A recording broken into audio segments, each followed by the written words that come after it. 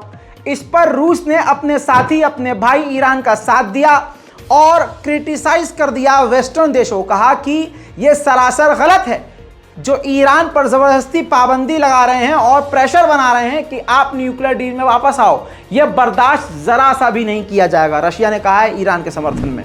दोस्तों, उधर ईरान ने खतरनाक ड्रोन शाहिद 149 की तस्वीर लॉन्च की है। किसी फाइटर जेट से कम नहीं है ये ड्रोन।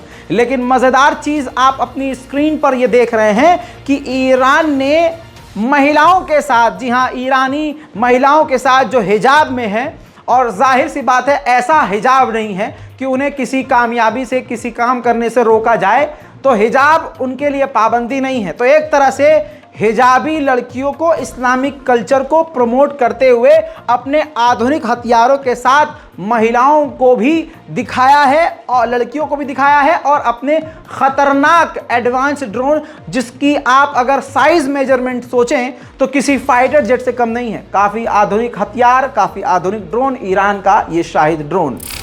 आले सऊद पे कौन भरोसा कर सकता है? भरोसा करना ऐसा है आले सऊद पे अपने पैरों पर कुल्हाड़ी मारना। अब जो मुसलमान मोहम्मद बिन सलमान पर भरोसा भी करते थे, अब उनके भी दिल में धुक धुक हो रही है, क्योंकि नेतन्याहू के बयान ही ऐसे आ रहे हैं। अब नेतन्याहू ने कहा है कि मोहम्मद बिन सलमान की सरकार से, यानी सऊदी अरब से जो हमारी नॉर्मलाइजेशन की बातचीत चल रही है, उसमें फिलिस्तीन का कोई मुद्दा है ही नहीं। लीजिए, कर लीजिए बात। अब कहिए सऊदी अरब जिंदाबाद। सऊदी अरब को देख के हम ईद मनाएंगे। अगर सऊदी अरब में आज चांद दिख गया तो हम कल ईद भारत में मनाएंगे। ऐसे मुसलमान बहुत हैं भारत में। वहीं दोस्तों, इजराइल के डिफेंस मिनिस्टर ने हिजबुल्लाह को धमकी दे दी है सीधा सीधा कि अगर गलती की और गलती से भी कोई ऊंच नीच करी और हमारे इलाके में उथल पुथल करी तो हम तुम्हें आदिवासियों के ज़माने में, एकदम जंगली ज़माने में भेज देंगे, बर्बाद कर देंगे और ज़रा सा भी नहीं सोचेंगे तुम पर हमला करने से पहले, बल्कि लेबनान के हर इलाके पर हम हमला कर देंगे। सबसे बड़ी धमकी पहली बार आई है इस टकराव के माहौल में इजराइल के डिफेंस मिनिस्टर के द्वारा। यहूदियों की एक संस्था है पीस नाउ, उसने जानकारी दी है कि सन 2023 में इजराइल ने इतिहास में, जिंदगी में सबसे ज्यादा सेटलमेंट किए हैं, सबसे ज्यादा फिलिस्तीनियों के घरों पर कब्जा किया है। उधर इजराइल के फाइनेंस मिनिस्टर ने फिलिस्तीनियों के लिए दुनिया भर से जो फंडिंग आती थी उसको रोक दिया है। फिलिस्तीन के लिए बहुत मुसीबत की घड़ी है। एक फिलिस्तीनी शख्स को इस यहूदी हैवान ने गोली मारकर कत्ल कर दिया था। साबित था इसका जुर्म तो इजराइल ने इसको जेल में डाल दिया, लेकिन क्योंकि वो यहूदी था और इजराइल की सरकार खुद ऐसे आतंकियों को प्रमोट करती है, और भारत में अगर आप रहते हैं तो आप जान रहे हैं, और आपसे बेहतर कोई नहीं समझ सकता फिलिस्तीनियों का हाल, तो इस फिलिस्तीनी के कातिल को जेल से रिहा करके हाउस अरेस्ट कर दिया गया है। और आगे अब ये किया जाएगा, कुछ दिन बाद जो है हाउस अरेस्ट से भी रिहा कर दिया जाएगा कि भाई चल अब रहो खुल्लम खुल्ला। उधर दोस्तों, ऑस्ट्रेलिया प्लान कर रहा है कि दोबारा से फिलिस्तीन के कुछ कुछ इलाकों पर जिस तरह से इजराइल ने कब्जा किया है, अब वो इजराइल को ऑक्यूपाइड फिलिस्तीन बोलेगा। जी हाँ, यानी कब्जा किया हुआ, फिलिस्तीन पर कब्जा किया हुआ इलाका। इजराइल के लिए ये झटका तो है ही, लेकिन हम उम्मीद ये कर रहे हैं कि पूरे के पूरे इजराइल को ऑक्यूपाइड फिलिस्तीन कहा जाए। लेकिन चलिए, ऑस्ट्रेलिया का एक देश जो काफ़ी दूर का है, जिससे कोई मतलब वास्ता सरोकार नहीं है, वो खुद आगे आया है। जो काम मुसलमान देशों को करना चाहिए वो खुद कर रहा है। इन तमाम चीज़ों के अलावा आप लगातार देख रहे हैं कि फिलिस्तीनियों पर जुल्म जारी है। एक और फिलिस्तीनी परिवार के घर को बम लगाकर उस पूरे मकान, फिलिस्तीनियों के मकान को उड़ा दिया है इजराइल की गवर्नमेंट ने।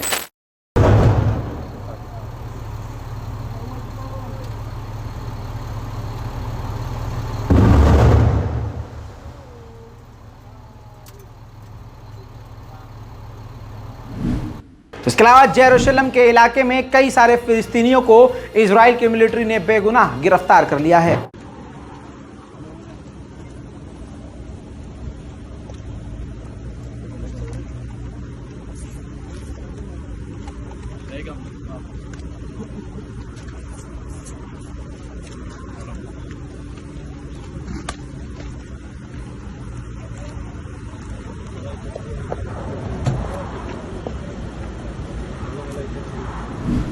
आखिर में सबसे आखिरी लेकिन सबसे ज़रूरी खबर, यूरोपीय यूनियन इस वक्त OIC से बात कर रहा है कि कैसे प्लान किया जाए और कोशिश की जाए कि यूरोप में कुरान पाक को जलाने से रोका जाए। मिडिल ईस्ट की स्पेशल रिपोर्ट में आज के लिए इतना ही। हमारी खबरों को अगर आप पढ़ना चाहते हैं तो हमारे डिजिटल मीडिया प्लेटफॉर्म डिजिटल अखबार razagrafi.com www.razagrafi.com पर जाकर आप खबरों को पढ़ सकते हैं। और अगर आपको लगता है कि आप खबर लिख सकते हैं और आप खबर लिखने में एक्सपर्ट हैं, आपकी हिंदी बहुत अच्छी है, किसी वारदात को आप अच्छे से लिख सकते हैं, किसी खबर को अच्छे से छोटे और सिंपल लैंग्वेज में आप लिख सकते हैं, तो आपके लिए रज़ाग्राफ़ी के दरवाजे खुले हुए हैं। razagрафijobs@gmail.com पर आप अपना बायोडाटा यानी अपडेटेड रिज्यूमे भेजकर रज़ाग्राफ़ी के साथ जुड़ सकते हैं। इसके अलावा अगर आपको लगता है कि आप रज़ाग्राफ़ी में वीडियो एडिटिंग का काम काज भी देख सकते हैं और एडिटिंग कर सकते हैं और आपको एक्सपीरियंस है, तो आपके पास रज़ाग्राफ़ी चैनल पर वीडियो एडिटर बनने का भी पूरा मौका है। अगर ख़ासकर आप दिल्ली से हैं तो दिल्ली ब्रांच में हमारे पास एक वैकेंसी बाकी है, आप उसके लिए अप्लाई कर सकते हैं। बस ये है कि आपके पास एक्सपीरियंस वीडियो एडिटर के लिए होना ज़रूरी है। जय हिंद।